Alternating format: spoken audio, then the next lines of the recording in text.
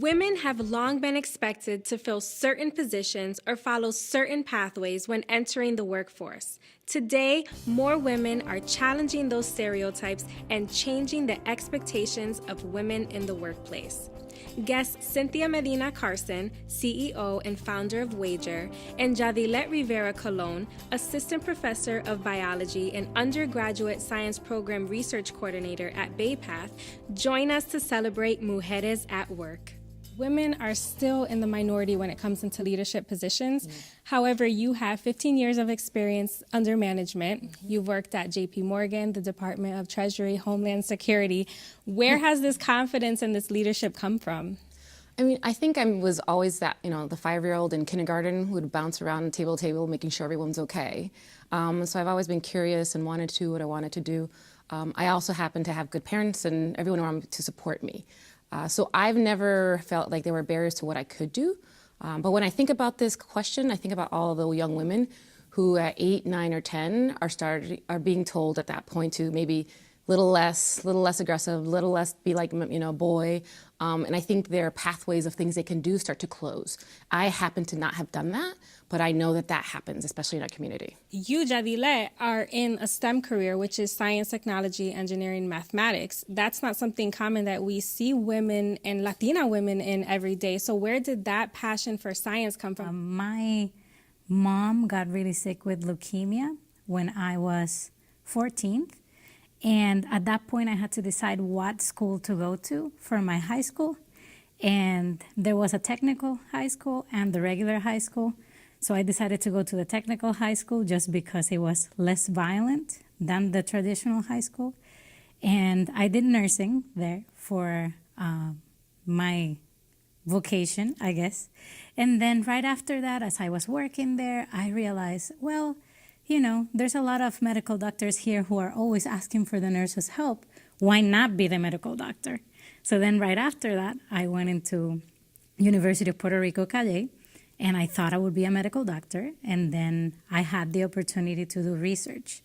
But even then, to do research, it was a really crazy time because I didn't have the best grades. And when I went to this interview for an internship at UMass, the person was really excited. They're like, yeah, I think that you would be a great candidate for this, but we have better candidates than you, so let's see what we can do. This professor went on to find any possibility to find enough money to fund me to be there. And then right after that, he came back and said, yes, you can come and do research. How have your family, your parents, aunts, uncles, everybody, how have they supported you and helped you grow to be who you are, even if they may have doubted you at times?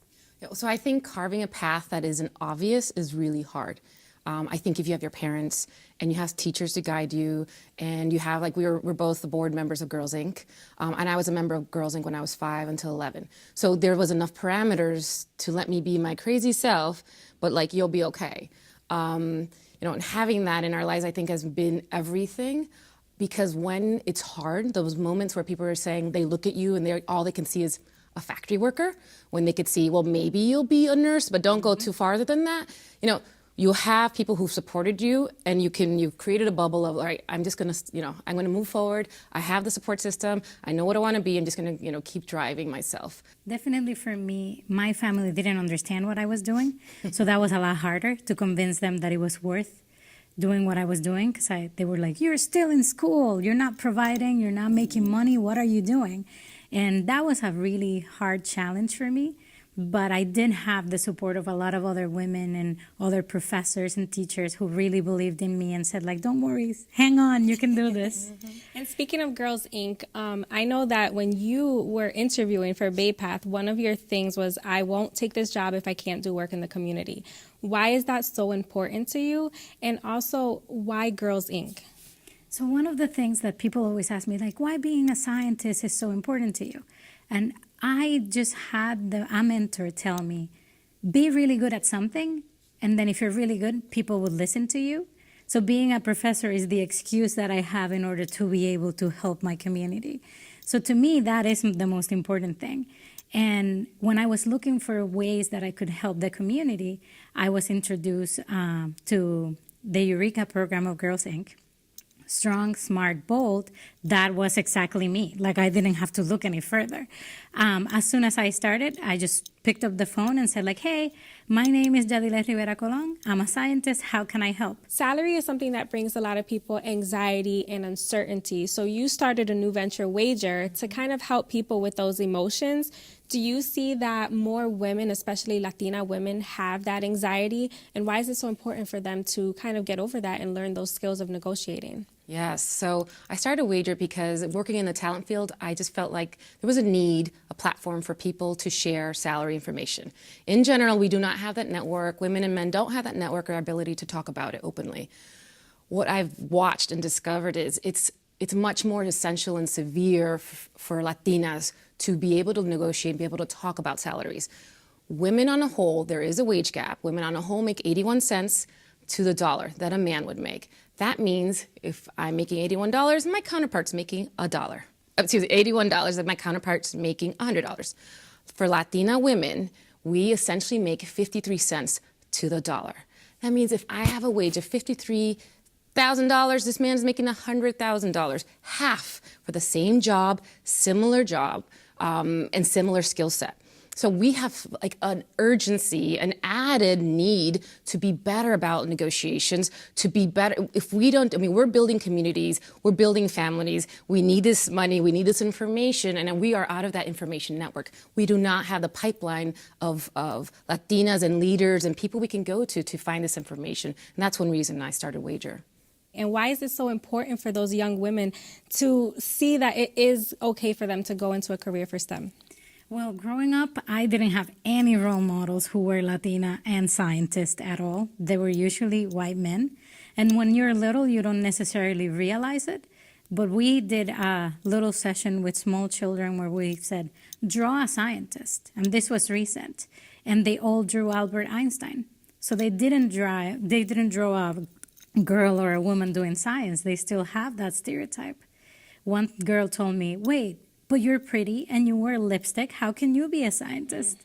And it's like, no, you can do all of that and still do whatever you want with your life. Of course I'm a scientist. How do we continue to make strides moving forward and also give the young women of today that confidence that they can pursue a career in any field that they want? It is so important. Again, just like Cynthia was saying, for me, negotiating a salary, I didn't know what to ask for. And I didn't have a person to ask and say like, hey, how much should I ask?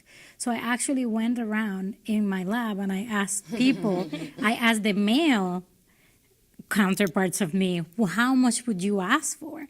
And what they told me was way more than what I was going to ask for. I was still nervous, but I asked for that amount and I got it. So I would have been one of those women who makes 20% or 30% less just by not having the information. So being able to just have a mentorship, this network of other women professionals is really essential because then you can ask questions that you don't even know you should ask. What is it about us and maybe the way that the things that we see, the way that we were brought up, that we have such anxiety and that we would be okay settling for less just because we don't want to deal with the anxiety? I think when we were younger, we got beat up a lot. I think we got told so many things that you never tell a boy. You never, boy, like reach for the stars. What are all the things you could do?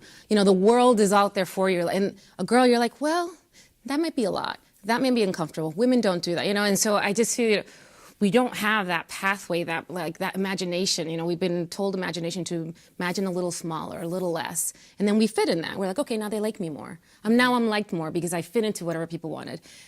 So, to get through that, you need a strong mentorships, you need strong friendships. Women need that bonding of other strong women. It's okay to struggle, and everybody is struggling. It's not just you, and to be able to find mentors of different types, not just for your particular career. Look for mentors who are women who have gone through different things like you have. If you're a mother, find a mother mentor. If you need somebody for your career, find one of those. Also find mentors who are younger than you, who can still keep you just closer to what ideas you had before, and just have those relationships always going. I think about who you were when you were younger, right? And all the enthusiasm and energy and curiosity. And what were you always wanted to do? What were you good at? And I think sometimes we lose that over time. So now think about yourself older, like, man, I really love this, but I never pursued that. I really love feeling this way, but I never went there. You know, and I think as we go through the career, hold on to that thing that you were great at and see if you can make money and a career out of that. When it comes to careers for women, the options are endless. Follow your heart and be fearless when choosing your path. Don't limit yourself because you never know how far your passion can take you. We continue with Presencia, many voices, one community.